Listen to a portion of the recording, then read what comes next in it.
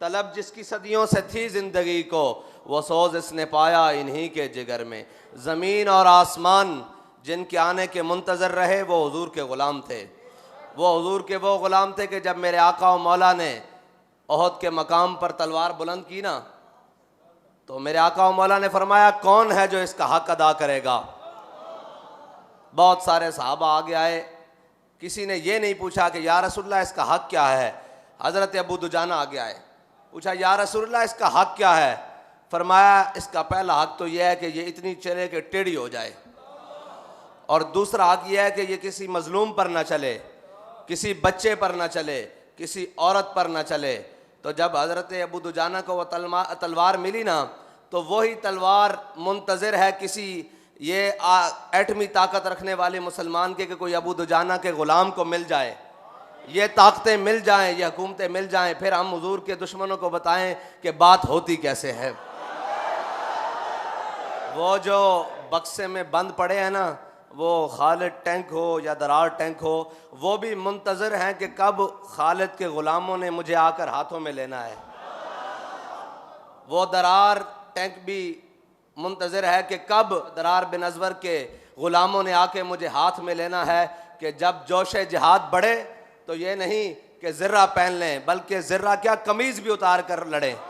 हज़रत दरार बिन अज़वर की ये शान है। आप जब जोश जिहाद में ज़्यादा जज्बे में आते थे ना, तो पता है ना आपको जिहाद के अंदर ज़र्रा पहनी जाती है अपनी हिफाजत के लिए, लेकिन हज़रत दरार बिन अज़वर तो ऊपर से कमीज़ भी उतार देते थे शहादत के नशे में। तो रूमी कहते थे भाई ये इंसान नहीं है, ये कोई और मखलूक है जो हमसे लड़ने के लिए आ गया। लोग तो ज़रा बख्तर बंद होकर और ज़रा बंद होकर हमारे खिलाफ आते हैं, ये तो बरहना होकर हमारे खिलाफ लड़ने आता है। इन्हीं के लिए तो इकबाल ने कहा था, ज़मीन और आसमान मुंतज़र रहे कि वो हुजूर के ग़ुलाम कब आएंगे जो 60,000 के लश्कर में 60 दाखिल हो जाएंगे।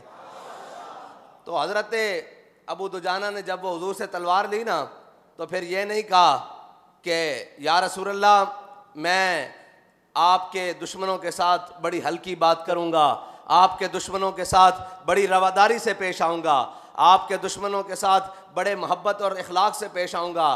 फरमाया नहीं, जब हुजूर से तलवार ली तो ऐसे पहलवानों की तरह चले। बाबा जी फरमाते थे पहलवानों की तरह चले। आज भी उस अंदाज की ज़रूरत है उम्मत मुस्लिमा को। कोई हज़रत अबू दुजाना के ग़ुलाम की ज़रूरत है जो आलम कुफ्र के सामने ऐसे पहलवाना चाल चल के बताए कि हुजूर के ग़ुलाम सारी बातें बर्दाश्त कर सकते हैं, अपने आका और मौला की इज़्ज़त पर एक हर्फ बर्दाश्त नहीं कर सकते। लेकिन क्या कहें, हमें रंगीले मिल गए, हमें रंग बरंगे मिल गए। कुछ कहते हैं कि ख़तों से हमारी हुकूमतें गिर गईं, और कुछ ख़त लिख रहे हैं कि हमारे ख़िलाफ़ नामूस रिसालत के FIR हो गई है। मैंने कहा अभी प्रोसेस में है, वो आएगी होगी, फिर साबित होगा कौन कितना बड़ा मुजरिम है। तुमने तो हम पर गोलियां बरसाई हैं, हमने तो किसी बैनुल अक़वामी ताकत को, किसी गैर मुल्की ताकत को आवाज़ नहीं दी। देखो हमारे ऊपर क्या जुल्म हो रहा है। हमने कहा ये मुल्क भी हमारा है, हम इसमें हर जख्म भी बर्दाश्त करेंगे, हर तीर और तलवार और नेज़ा और जनाब गोली बर्दाश्त करेंगे, अपना जिस्म छिदवा लेंगे, लेकिन इस मुल्क की इज्जत पर आंच नहीं आने देंगे। अभी तो एक कागज़ तुम्हारे खिलाफ रंगीन हुआ है, एक कागज़। अभी तो दफ्तर के दफ्तर तुम्हारे खिलाफ रंगीन होने हैं, अभी तो पलंदे के पलंदे तुम्हारे खिलाफ तैयार हैं, अभी तो वो उन शुहदा के कोरे खूनों का हिसाब तुमसे लिया जाना बाकी है। अभी बहुत सारे हिसाब तुमसे बाकी हैं, और ये जो आकर तख्त नशीन हो गए हैं, इनसे तो पुराने हमारे हिसाब हैं ना, बहुत पुराने अभी इनसे हिसाब हैं। और इनको आते साथ हुजूर के दुश्मनों के साथ काम करने की दिलचस्पी है। मैंने कहा अभी मैदान लगेगा, तुम्हें बताएंगे कि कौन किसका साथ है। लेकिन अगर कौम ने कोई दमखम हुआ तो, अगर कौम ने हुजूर की ग़ुलामी का दम भरा तो, अगर कौम ने इन सब अग़यार के दामन छुड़ाकर हुजूर का दामन पकड़ने की तहैया कर लिया तो मुमकिन है।